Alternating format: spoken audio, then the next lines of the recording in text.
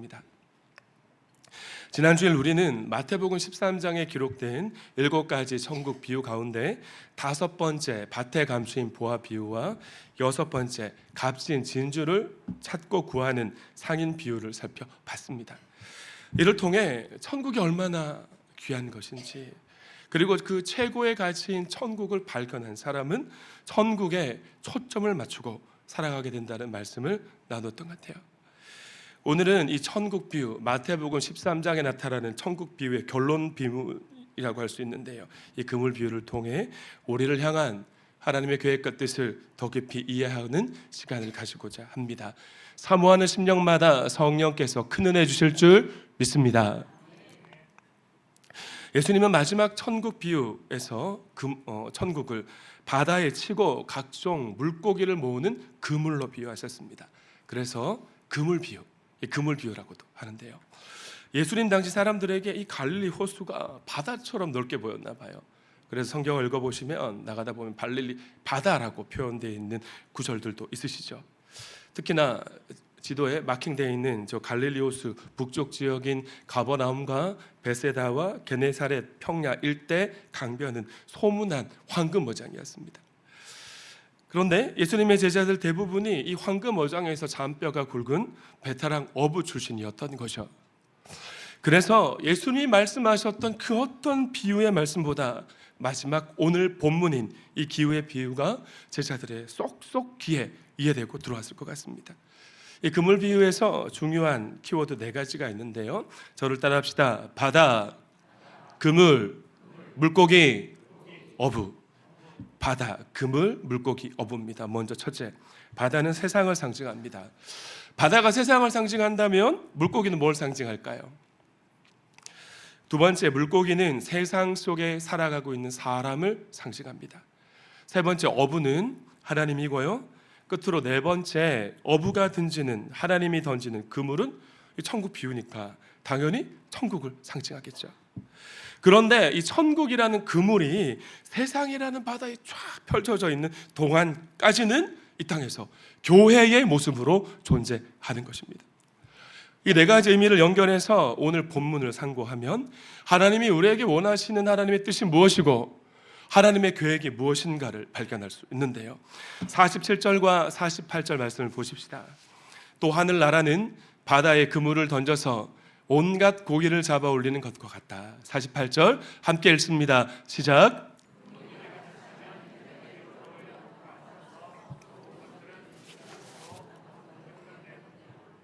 여기서 47절 말씀에서 88절이네요. 그물로 번역된 헬라어는 사게네입니다.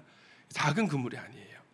되게 성도님들은 예수님 당시 이 어부들이 베드로가 물고기 잡을 때 그물을 던지는 거, 그 그물의 모습을 이게 투망 형태로 던져서 잡는 작은 그물 정도로 생각을 하는데요, 이 투망 형태의 작은 그물은 헬라어로 암피블레스트론입니다. 그러나 이 사게네 그물은 큽니다. 거대해요. 세로 높이가 5m에서 15m 정도 되고요, 길이는 보통 수십 미터에서 가장 큰 그물은 400m 이상 되는 그물도 발견됐다 합니다. 거대한 저인망 그물인 거예요. 그물 이쪽에 줄에는 나무 코르크를 답니다. 그러면 이제 물 위에 뜨겠죠.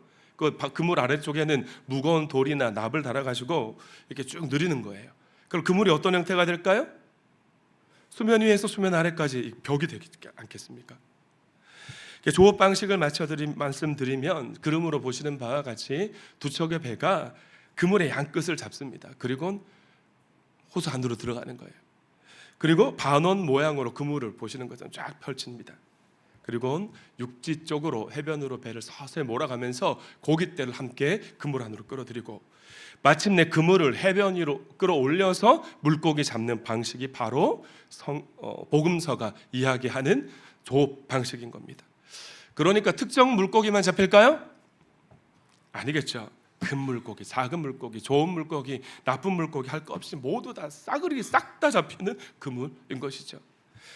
어부는 성급하게 그물을 끌어올리지 않습니다. 그물에 물고기가 가득 찰 때까지 최대한 인내하고 기다리면서 해변을 향해 배를 몰아 서서히 나아가고요, 물고기가 그물에 가득 찬 최고의 타이밍에 그물을 해변 위에 끌어올리는 거예요. 그 뒤부터가 중요한데 선별 작업을 합니다. 그런데 예수님은 하늘나라 천국이 그물 위로 끌어올려진 그물과 같다라고 말씀하고 계신 것입니다. 사랑하는 여러분, 세상 물고기, 어부, 그물이라는 네 가지 키워드의 의미 저 말씀드렸는데 가만히 떠올려 보세요. 제가 그물은 무엇을 비유한다고 말씀을 드렸나요? 뭐예요? 천국. 이 땅에 있는 동안에는 교회입니다. 교회인 동시에 예수님이 교회에 위임하신 복음인 것입니다. 어부이신 하나님께서 이 땅의 교회를 통해 구원하시기로 작정한 영혼들의 수가, 사그네라는 그물을 통해 구원하시기 작정한 영혼의 수가 셀 수 없이 많다는 거예요. 언젠가 우리가 천국에 가면 깜짝 놀라게 될 겁니다. 정말 생각지도 못했던 사람이 천국에 와 있는 것을 보고, 아니 너가 이 천국 웬일이냐, 그 상대방이 아니 그러는 당신은 웬일이냐라고 말하면서 함께 기뻐할 날이 오게 되겠죠. 이스라엘 성지 순례를 가신 분들은 아시겠지만 이 갈릴리 호수가 굉장히 크답니다. 갈릴리 호수가 아무리 넓고 물고기가 잘 잡히는 이 북부 지역이 황금 어장이어도 한번 생각해 보세요. 어부가 아무 때나 그냥 대충 물고기를 던지면, 계획 없이 던지면, 조업을 나가면 물고기가 잡힐까요? 안 잡힐까요? 당연히 안 잡히겠죠. 어부는 날씨와 지형과 바람의 풍세를 잘 살펴야 하고요, 가장 적합한 지점에 가서 최상의 타이밍에 그물을 던지고 오래 참고 인내해야만 물고기를 잡을 수 있는 것입니다. 축구 선수는 골 결정력이 좋아야 된다고 말하는데, 최고의 어부이신 우리 하나님 결정력이 좋으세요. 그분의 그물을 피해 가거나 그물에 빠져나갈 수 있는 물고기는 한 마리도 없고, 일단 그물에 들어오면 하나님께서는 저와 여러분을 구원하시기에 가장 적합한 때에 복음을 듣게 하시고 마음의 문도 열고 동안교회라는 그물 안으로 들어오게 하신 줄 믿습니다. 아멘이십니까? 놀라운 사실은요, 가장 좋은 어부이신 하나님께서는 어떤 물고기를 잡을지 태초에 이미 선택하시고 완전한 구원 계획을 세우셨다는 거예요. 에베소서 1장 4절과 5절 말씀을 보실까요? 하나님은 세상 창조 전에, 언제입니까? 태초에 그리스도 예수 안에서 우리를 어떻게 하시고 택하시고 사랑해 주셔서 하나님 앞에서 거룩하고 흠이 없는 사람이 이미 되도록 작정하셨습니다. 5절 말씀은 함께 있습니다. 시작.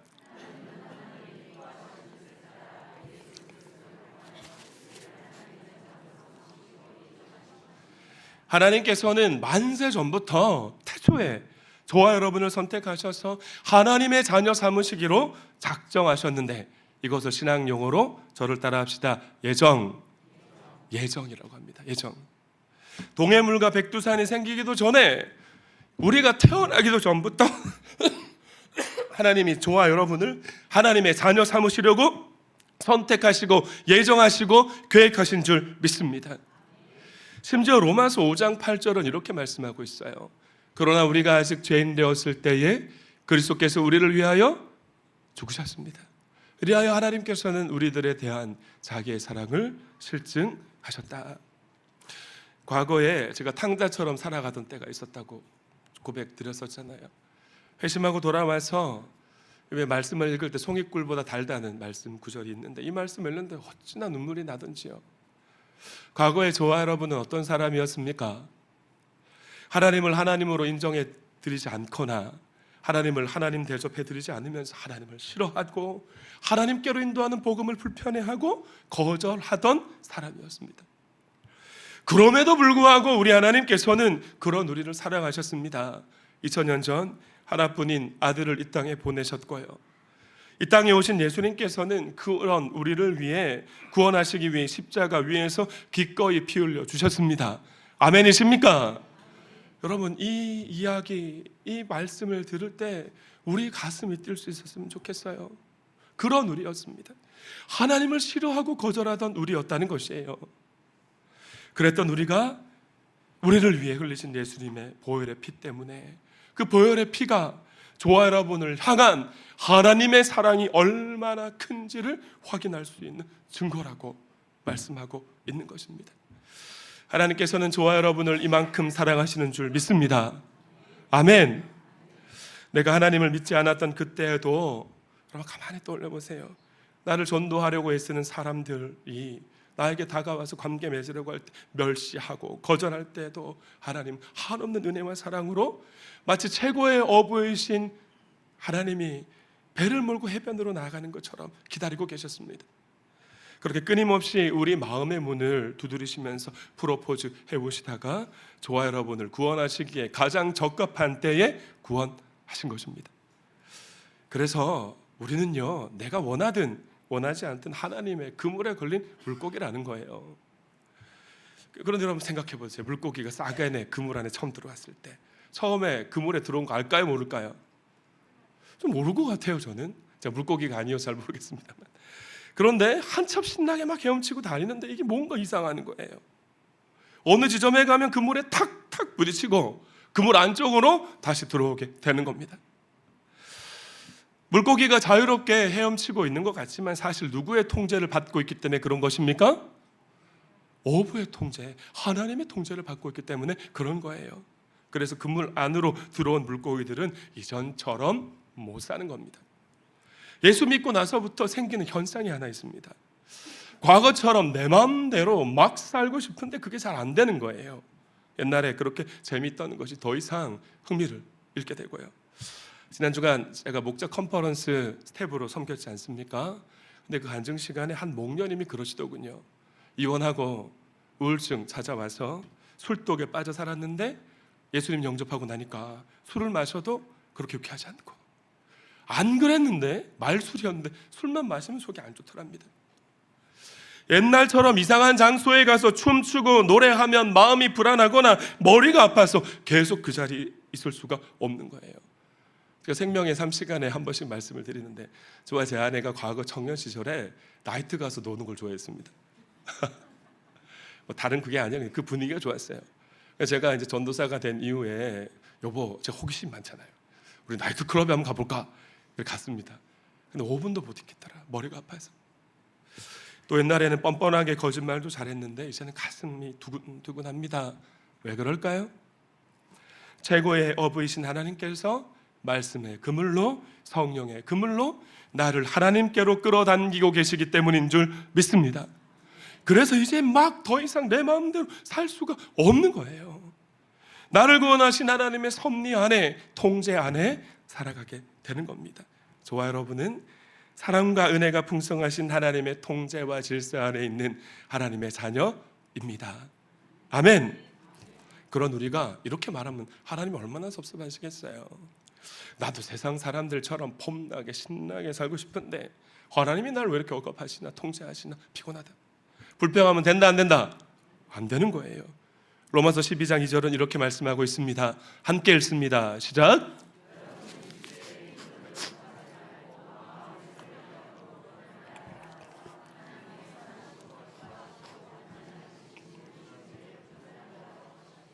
저는 동암의 모든 하늘 가족들이 이 시대의 풍조, 이 시대가 표방하는 가치관이나 생활 방식이나 유행이나 도덕적 기준을 본받지 않고 거절할 수 있기를 축원합니다.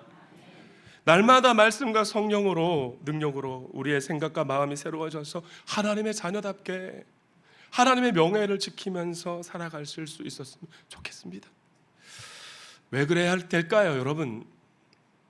그날이 다가오고 있기 때문이에요. 그날이 언젠가 반드시 필연코 그물이 해변 위로 끌어올려지는 마지막 때가 올 것이기 때문입니다. 48절 말씀을 보실까요?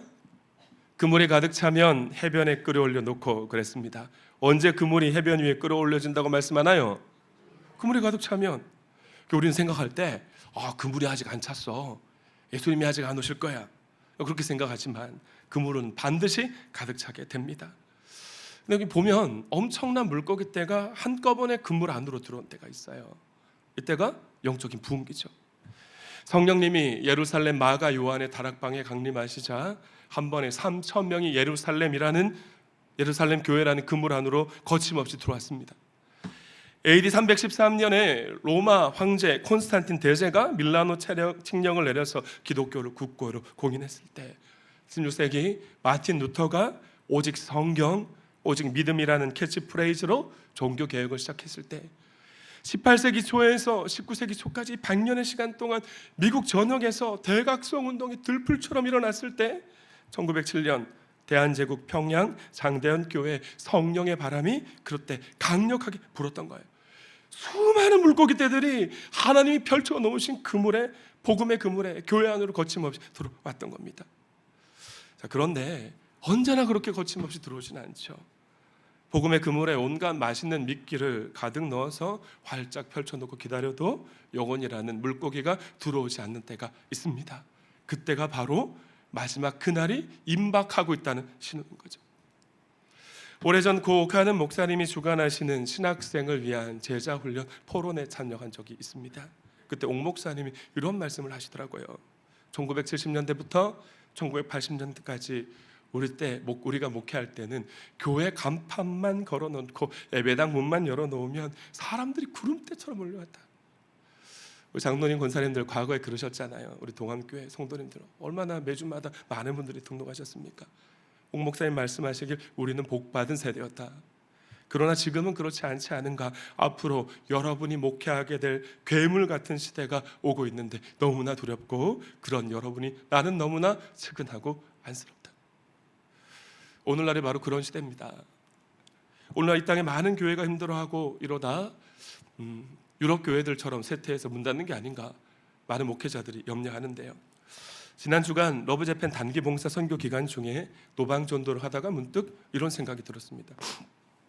선교사님이 일본 땅에 있는 영혼들은 예민하고 폐쇄적이어서 전도지 주거나 이런 것 안 받고 전도 안 된다고 했는데, 영상으로 보셨겠지만 신지원 자매 복음을 전하고 또 소개하니까 또 귀 기울여 듣고 마음의 문을 여는 거예요. 심지어 송지영 집사님은 그 조 식구들과 함께 예수님 영접까지 편의점에서 시켰지 뭡니까?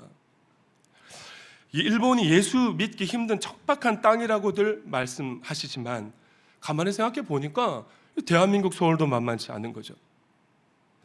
일본이 선교사들의 무덤이라고 하는 이유를 제가 가만히 생각해 보니까, 여러분 왜 그런 것 같으세요? 너무 풍요롭거든요. 잘 살기 때문에 그런 겁니다. 일본 땅의 영혼도 대한민국에서 살아가는 비신자들도 예수님이 아니어도 행복하고 좋은 게 너무 많으니까 예수 믿기가 오히려 힘든 마지막 시대를 살아가고 있는 것입니다. 그럼에도 불구하고 저와 여러분은 예수 믿고 구원받아서 동암의 그물 안으로 들어왔으니 이 얼마나 큰 은혜입니까? 하나님의 은혜인 줄 믿습니다. 우리 예수님은 이렇게 말씀하셨습니다. 함께 읽어주실까요? 시작.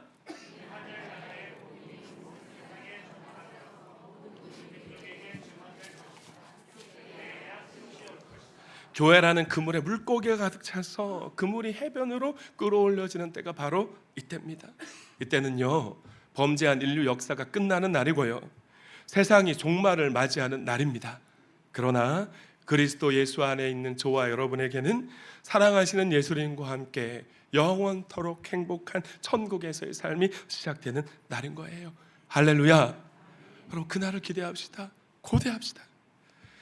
그러나 그날이 오면 모든 민족이 예수 그리스도를 믿게 된다는 의미의 말씀은 아니고요, 모든 민족에게 복음이 한 번쯤 전해졌다는 의미입니다. 온 세상이 예수 믿게 된 날이 아니라, 모든 사람이 예수 믿게 된 날이 아니라 모든 민족에게 한 번쯤 복음 들을 수 있는 기회가 주어졌다는 거죠. 언젠가 선교사님들 함께하는 대회에 참여한 적이 있는데요, 이제 복음이 전해지지 않는 미전도 종족이 그렇게 많이 남아있지 않답니다. 여러분, 제가 예배 시간에 한 말씀 드렸던 것 같아요. 러브재팬 단기봉사 선교 거점으로 사역했던 후쿠오카가 제가 말씀드렸죠, 인구 180만 명이나 되는 일본에서 세 번째 가는 도시입니다.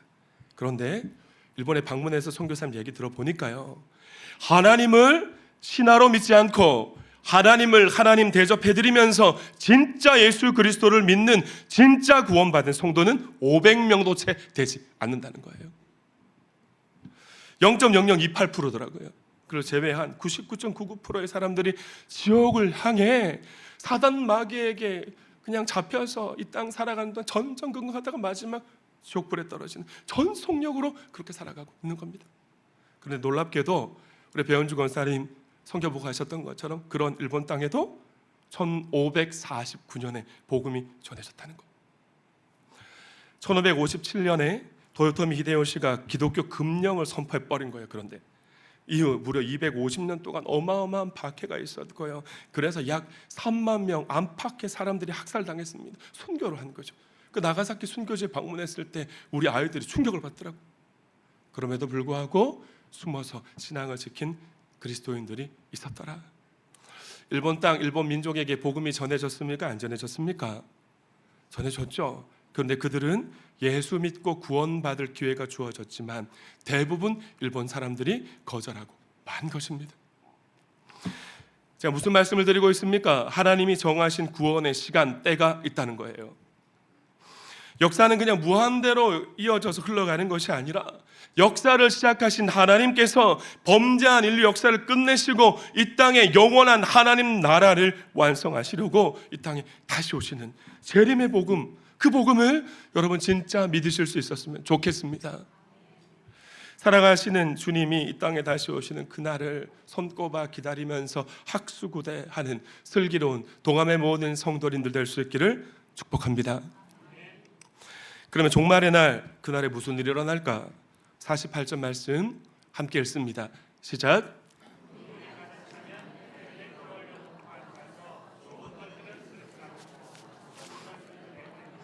2000년 전 성자 예수님이 이 땅에 처음 오시는 초림 때에는 구세주 구원자로 오셨습니다. 그러나 그분이 이 땅에 다시 오시는 재림의 날에는 심판자로 영광스러운 모습으로 오십니다. 장차 마지막 그날에 이 땅을 심판하러 오실 예수님은 뭐라느냐? 그때 이제 선별 작업이 되는 거예요. 47절 말씀 보시면 온갖 물고기를 싸게내 그물로 잡아 올려 세변에 끌어올린다 말씀하고 있는데 여기서 온갖 물고기가 뭡니까? 모든 민족, 모든 인종의 남녀노소, 잘 사는 자, 못 사는 자, 많이 배운 자, 못 배운 자, 몸이 건강한 자, 온전치 못한 자, 모든 사람 다 포함하잖아요. 그러나 48절 하반절 말씀을 보시면 좋은 것은 어디에 담고요? 나쁜 것은 어떻게 됩니까? 그 온갖 종류의 물고기가 오직 두 종류로만 구분되고 있다는 사실입니다. 좋은 물고기, 나쁜 물고기. 지난주에 살펴보았던 천국 비유를 한번 가만히 떠올려 보시죠. 밭에 숨겨놓은 보물을 우연히 발견한 농부 비유, 좋은 진주를 찾고 구하는 진주 상인의 비유를 마지막 결론 부분인 그물 비유가 연결하면요, 좋은 물고기와 나쁜 물고기는 명확해집니다. 먼저 좋은 물고기는 보화와 진주를 발견하고 최고의 가치를 알아봤어요. 천국이 최고의 가치를 알았습니다. 한 번에 다 내려놓는 건 쉽지 않지만 하나님 나라에 우리 지연 자매가 선교에 초점 맞춘 거 하늘나라에 초점 맞춘 사람이거든요. 초점을 맞추고 하나씩 둘씩 내려놓는 사람이 좋은 물고기고요. 그러나 나쁜 물고기는 천국을 발견했음에도 불구하고 여전히 세상 쾌락이나 세상의 것들을 더 사랑해서 하늘나라에 초점을 맞추지 못하고 살아가는 종교생활하고 있는 종교인들인 것이죠. 조금 더 의미를 좁혀서 말씀을 드리면 좋은 물고기는 복음을 믿고 회개하고 예수님을 영접하여서 구원받은 사람을 의미하고요, 나쁜 물고기는 복음을 들었음에도 불구하고 복음에 반응하지 않고 복음을 불편하게 여기면서 거절한 사람인 것입니다. 여기서 문제가 뭐냐? 이 두 종류의 물고기가 어디에 있습니까? 함께 교회라는 그물 안에 함께 있는 거예요. 어디까지 갈 때까지? 해변에 다다르는 마지막 종말의 날까지. 저를 따라 하십시다. 지금은 아직 심판이 시행되지 않은 은혜의 시대이다. 우리 은혜의 시대를 살아가고 있습니다. 그런데 우리가 어떻게 하나요? 지금 당장 우리 마음 같아서는 하나님, 저 사람 나쁜 물고기인데 좋은 물고기와 함께 섞어 두십니까? 라고 항변하면서 판단하면서 구분하고 싶죠. 근데 우리 예수님 그렇게 하지 말라고 마지막 날까지 참고 기다리라고 명령하고 계세요. 왜냐하면 좋은 물고기와 나쁜 물고기를 구분하시는 분은 누구밖에 없으십니까? 오직 한 분, 예수님밖에 없기 때문입니다. 만약요 하나님이 오래 참고 기다리지 않으셨다면요, 제가 청년 시절에 방황했던 이야기 자주 드렸잖아요. 저는 이 자리에 서서 목사가 되어 말씀 전하지 못했을 겁니다. 예수님의 십자가 보혈의 능력으로 과거의 죄, 현재의 죄, 미래의 죄가 모두 용서받았지만 여전히 우리는 죄인이고요. 그래서 우리의 판단은 정확하지 않습니다. 사실 좋은 물고기인데 잠시 병이 들어서 시험이 들었거나 아직은 덜 자랐는데 우리 눈에는 나쁜 물고기처럼 보일 수 있는 것이죠. 그래서 마지막 날까지 판단을 유보하면 예수님이 오셔서 판단하시겠다, 그렇게 말씀하시는 겁니다. 이런 면에서 보면 교회는 세상에서 가장 문제가 많은 공동체인 것 같습니다. 되게 세상의 대학은 수능 시험 몇 점 받아야 들어간다는 기준이 있잖아요. 그래요, 안 그래요? 세상의 기업체가 신입사원 선발할 때도 명확한 기준이 있습니다. 그래서 어느 정도 검증을 할 수 있는데 교회는 그렇지가 않은 거예요. 다 들어오는 겁니다. 수고하고 무거운 짐진 자들아 다 내게로 하셨으니. 그래서 누가 좋은 물고기인지 나쁜 물고기인지 검증할 방법이 없다. 최고의 어부이신 하나님께서는 분명히 교회라는 그물에 나쁜 물고기가 섞여 있을 것을, 그렇게 들어올 것을 아셨지만 나쁜 물고기가 들어올 걸 두려워서 그물을 안 펼치면 좋은 물고기도 잡을 수 없기 때문에 모든 사람이 그물 안으로 들어올 수 있는 기회를 주고 계시는, 우리는 지금 은혜의 시대를 살고 있는 겁니다. 그러나 우리가 뭘 기억해야 될까요? 천국은 좋은 물고기만 있는 곳이지만 이 그물이라는 교회가 이 땅에 드리워져 있는 동안에는 좋은 물고기와 나쁜 물고기가 함께 공존하고 있습니다. 가정도 마찬가지입니다. 그래서 교회에 가짜 목사가 있고요, 가짜 장로, 권사, 가짜 집사가 있을 수밖에 없는 겁니다. 교회에 가짜 성도가 있는 것이죠.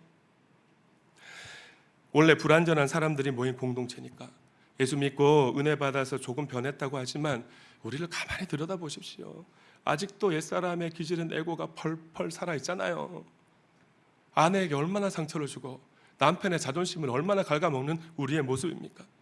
자녀와 부모의 관계가 왜 나쁩니까? 그런 사람들이 모인 곳이 교회인 겁니다. 생명의 삶 시간에 말씀을 드리는 것처럼 그래서 우리 모두는 가슴에 눈에 보이지 않는 명찰, 편말 달고 있습니다. 편말의 내용은 공사 중이 불편하지 않습니까? 옆에 계신 분에게 한번 인사합시다. 불편을 끼쳐드려서 죄송합니다. 시작.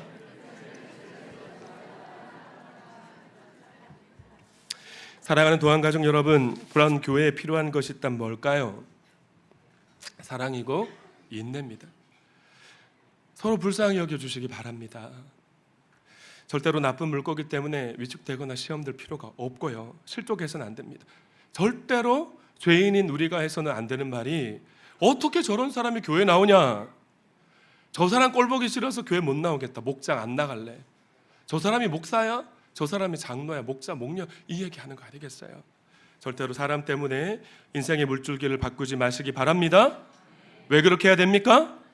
아직 배가 해변에 달하지 않았습니다. 은혜의 시대를 살고 있기 때문이에요. 하나님이 저 사람을 어떻게 변화시킬지 어떻게 우리가 압니까? 나중에 예수님을 만났을 때 미안해질 수 있고요, 내가 상처를 많이 받았다는 것은 그만큼 나도 다른 사람에게 상처를 주었을 가능성이 매우 높습니다.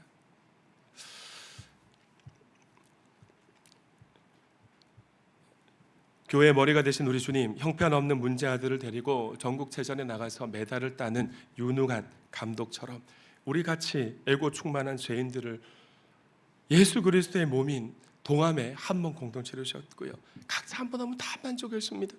성숙한 신앙으로 훈련하셔서 당신의 크고 놀라운 일들을 이루어가고 계시니 하나님의 은혜 아래 저와 여러분은 살아가고 있는 줄 믿습니다.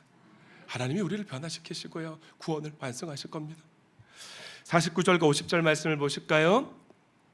함께 읽습니다. 시작. 세상 끝날에도 이렇게 할 것이다. 천사들이 와서 의인들 사이에서 악한 자들을 가려내서 그들을 불아궁이에 쳐넣을 것이니 그들은 거기서 울며 이를 가리라.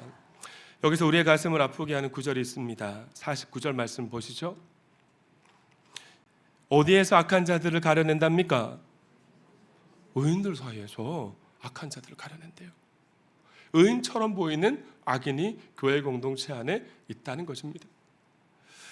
그럼 악인이 누굴까? 우리는 악인을 살인죄, 강도죄, 사기죄, 간음죄를 범한 사람으로 생각하기 쉽지만 오늘 비유에서는요, 교회를 다니는 종교인을 의미합니다.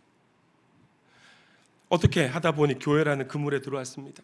그래서 비신자들보다는 비교적 복음을 접할 기회가 많았던 거죠.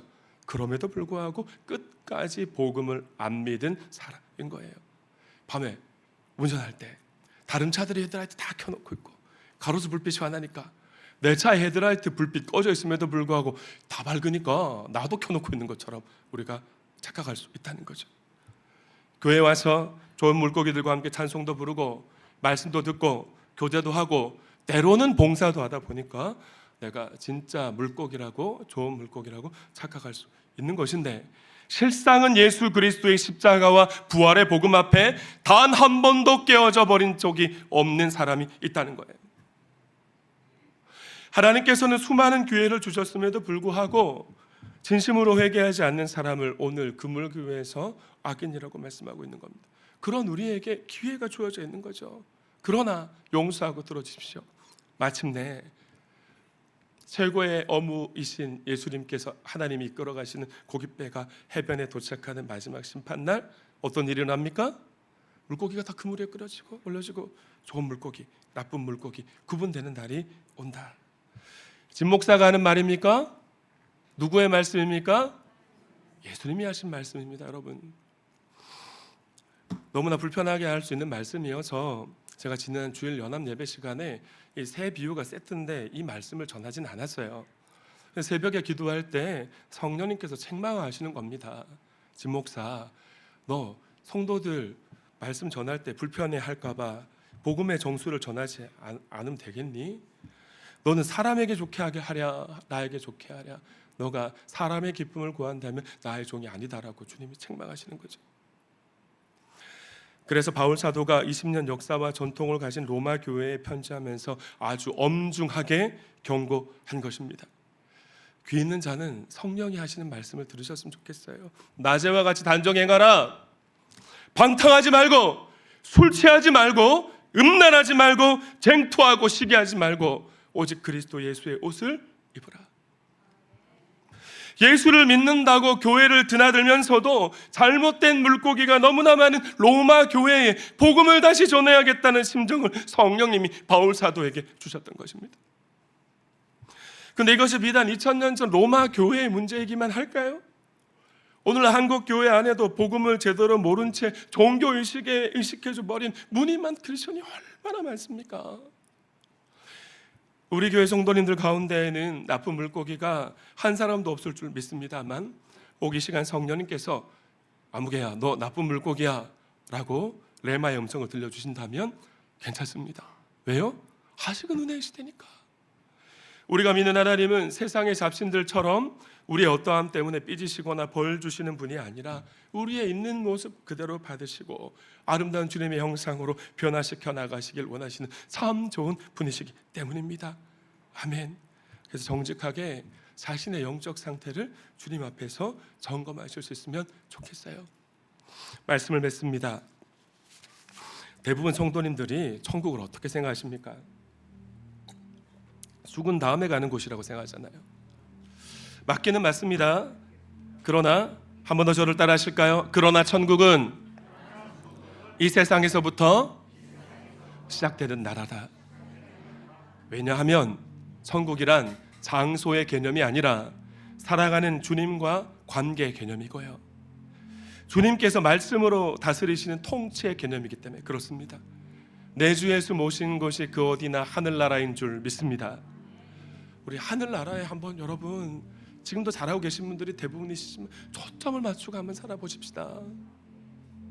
그러면요 3가지 유익이 있습니다. 첫째, 생활의 문제가 해결됩니다. 우리가 왜 피땀 흘려서 돈을 법니까? 먹고 살기 위해서 그러는 거잖아요. 근데 피땀 흘려서 일하도 먹고 살 수 있기도 하고 없기도 합니다. 처음에 직장을 잘못 잡았든지 중간에 어떤 문제로 직장에서 잘렸든지 비즈니스를 잘못 시작했든지 판단을 잘못해서 비즈니스 이탈했든지 사업에 어려움이 있든지. 그러나 예수님은 이렇게 약속해 주셨습니다. 함께 읽습니다. 시작.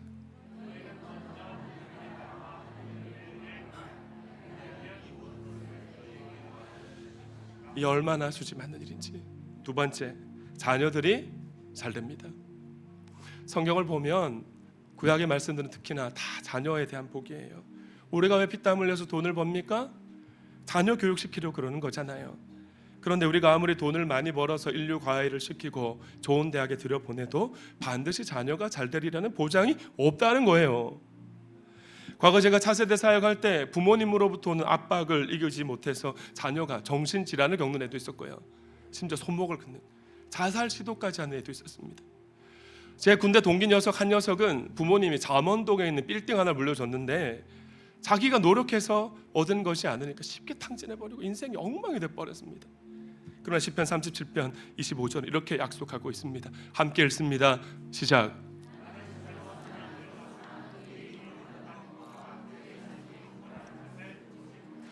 이 또한 얼마나 수지 많은 일인지. 세 번째, 참된 보람이 있습니다. 우리가 왜 피땀 흘려서 일합니까? 보람 때문이잖아요.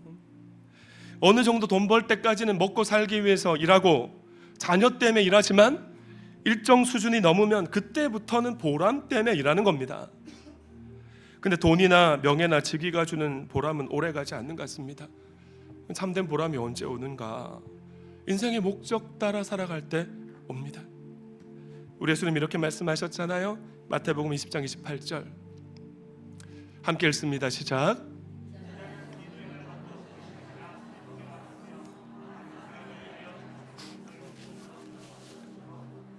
이번 로브 재팬 단봉선 대원들이 한결같이 고백하는 단어가 있습니다. 행복입니다. 행복. 우리 지원자매도 지금 몇 번이나 행복하다 그랬잖아요.